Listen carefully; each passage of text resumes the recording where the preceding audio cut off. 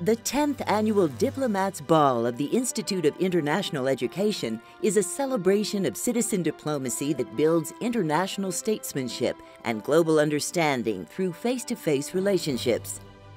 Global sporting events such as the Olympics, the World Cup, and other international competitions provide athletes, teams, and fans a place to connect across the cultures. Well, the good thing about sports diplomacy is you're judged by performance and you face equal obstacles, and so it builds a common bond. 40 years ago, one particular sport bounced onto the center stage and changed the face of Sino-American relations. Good evening. The bamboo curtain has been cracked by a ping pong ball. For some time, there have been indications of a potential thaw in the more than 2 decades of icy relations between the United States and Red China. With the visit of the U.S. table tennis team to China, the thaw suddenly has begun. It was called ping pong diplomacy. For decades, political tension, travel restrictions, and trade blockades formed the basis of interaction between the United States and China. But the tables turned in 1971 when the 31st World Table Tennis Championships were held in Japan.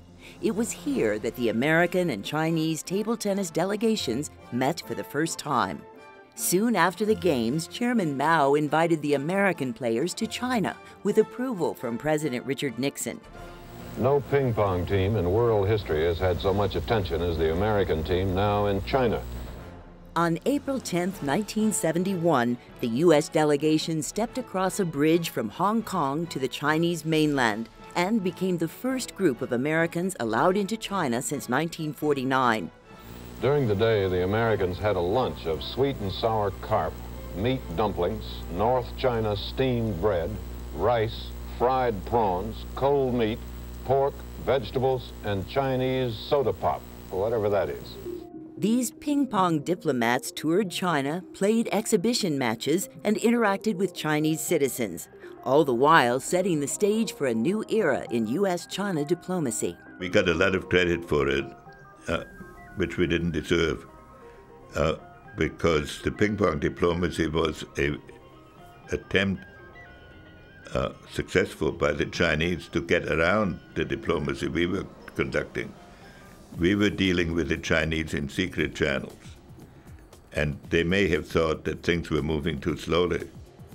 After talks between Chinese Premier Zhou Enlai and the U.S. Secretary of State Henry Kissinger, the tables turned for good when President Nixon became the first U.S. president to visit the People's Republic of China in 1972. At his reception for the table tennis players, Premier Zhou announced that U.S. reporters will be allowed to visit his country, and as he put it, they will come in batches. Zhou also hinted that he would like to visit the United States by saying that he had never seen the North American continent. He was asked by a long-haired member of the American team what he thought of hippies. Zhou said that he was no expert on that, but in rough translation of his Chinese statement, he added that youth always must do its own thing, at least until it finds out through experience that it is wrong. The two countries signed the Communique of Shanghai, pledging to work towards the normalization of their relations. The communique remains the basis of Sino-American relations today. As Premier Zhou Enlai remarked, a ball bounced over the net and the whole world was shocked.